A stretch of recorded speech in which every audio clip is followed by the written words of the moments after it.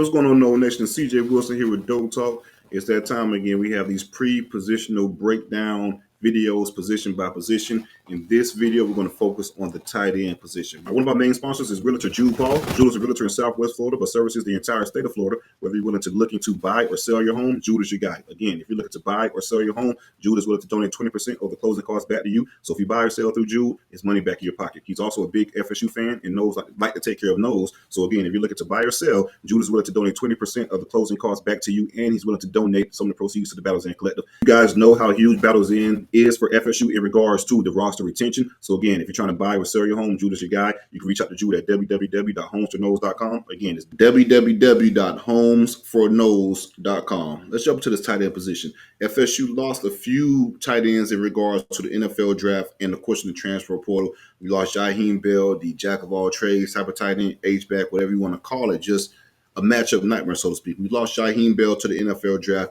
and of course, we lost Marquise Douglason to the transfer portal to Arizona State and Kenny Dillingham. So, what do we have left within the tight end room? Let's take a deep dive into it. Kyle Morlock is the perceived starter, the returning guy that had the most production. He's going to be the lead tight end for this 2024 season. Had 19 catches, 255 yards rather, as the backup tight end. As you guys know, FSU and what Mike Norvell does, not just with FSU, his offense period, going back to the Memphis days, Arizona State days, tight ends is a big component. So we see a lot of 12 personnel with FSU. So Kyle Morlock was playing a lot of snaps for FSU. What I think he needs to improve on this upcoming year is being more consistent catching the ball and being the number one guy, right? Being the focal point at tight end. I do think jumping from the D2 level to the P5 level to get that transition as far as the speed of the game and things like that under his belt for this first year at FSU is going to pay huge dividends for Kyle Morlock for this upcoming season. If you guys remember, Kyle Morlock was the best tight end out of the transfer portal 2 years ago, rather. He was number one transfer portal tight end out of Shorter University, a D2 university. He transitioned pretty well within FSU. Took a while to kind of get the speed of the game, but I think one more year under his belt can only do more wonders for Kyle Morlock in regards to what he can do. He has all the potential in the world, like I say, 6'6", 240 pounds, runs pretty good routes. Just be more consistent in regards to catching the ball and also blocking. That was probably the biggest issue and the biggest adjustment, rather, is blocking within those defensive ends, linebackers, whoever's on that end man on the line of scrimmage. Because if you go, just from my experience playing at Bethune-Cookman University, usually the biggest transition from those levels of football is the trenches.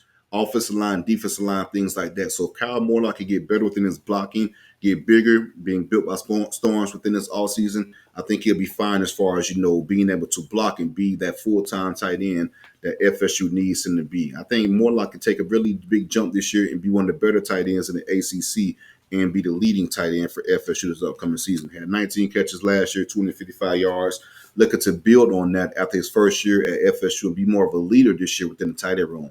Because if we're looking at the tight end room, it's a lot of young talent. But again, I think Kyle Morlock is the leader, the guy with the more snaps.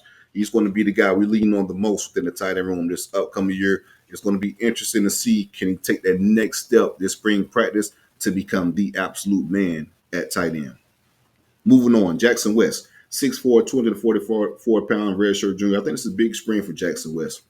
He started to catch on later within the season, started playing a lot better, and as a result of that, his reps started to go up, right?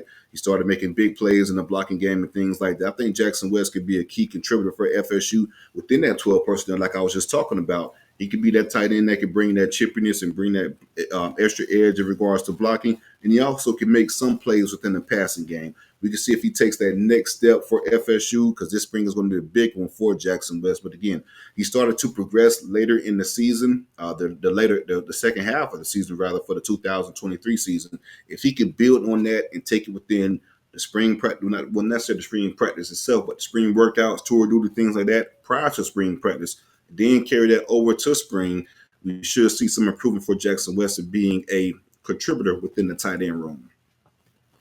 Jerrale Powers. This is an interesting one.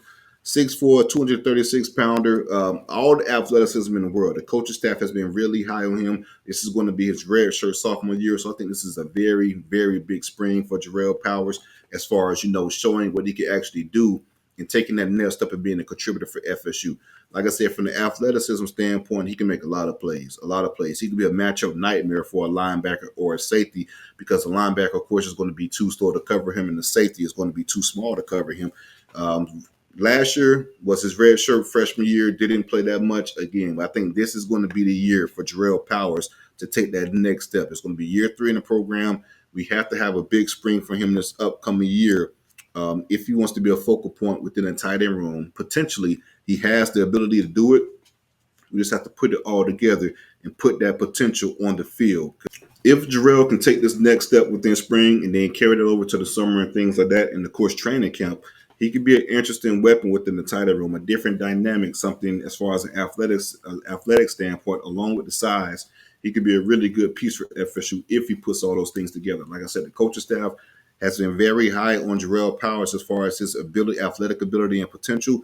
Now it's time to put that potential on paper and make everything work for Jerrale Powers.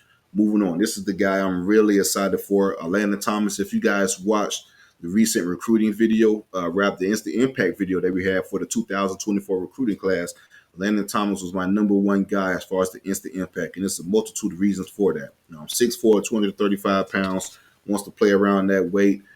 As far as what we lost in the tight end room, I think the opportunity is going to be there for Landen Thomas to make a lot of plays and not necessarily a lot of plays, just play a lot of snaps for FSU. FSU really didn't address the transfer portal in regards to getting anybody within the transfer portal because, looking at the numbers, we lost 2 tight ends. We only have 3 to 4 on scholarship prior to Landen Thomas. You would think, and not a lot of experience other than Kyle Morlock, let's be honest. You would think that FSU would, due to that, take their chances within the transfer portal, try to bring another tight end in as far as more experience to help the room out. No, they didn't do that at all. For my understanding, the reason I believe that happened is because they're very high on Landen Thomas and his ability to play right away. I think the staff is putting a lot of eggs in the basket for Landen Thomas, and I think he's going to show dividends. Like I said, 6'4", 235 pounds. If you guys look at his high school film, man, it's something special. He was a matchup nightmare again. He lined up at the tight end position. He lined up at the slot position. He ran routes. I really think he could be a jack of all trades for FSU. I really think he could be, I think he could be one of those tight ends at FSU as far as one of the greats. It's a lot of expectations early. I don't want to put too much on the kid. I don't want to say he's going to be that right away within this 2024 season. I'm not saying that at all, but I do think within his career at FSU, 3-4 years, whether it may be, Landen Thomas will be a household name in one of those NOLES that as far as one of the better tight ends that play for FSU. Potentially, like I said, it is literally all there. He can do anything on the field.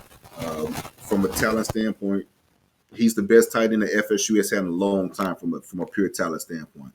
Coming out of high school ranks, we haven't seen a tight end like him in a long time. So again, Coach Norvell and Coach Thompson is very high on the prospects of Landen Thomas. So again, if he could keep getting better. He did enroll early at FSU and participated in the bowl practices, which is huge, right? Get the leg up. Now you transition that over to the tour duty, the winter workouts, winter conditioning program, and then going to the 15 spring practices.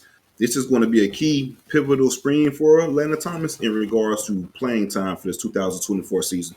I think he could be tight end too, to be quite honest. I don't want to put too much expectations on the kid, but just from a talent standpoint and just what we have in the tight end room itself, the opportunity is definitely there for him to play and make a lot of plays for FSU early.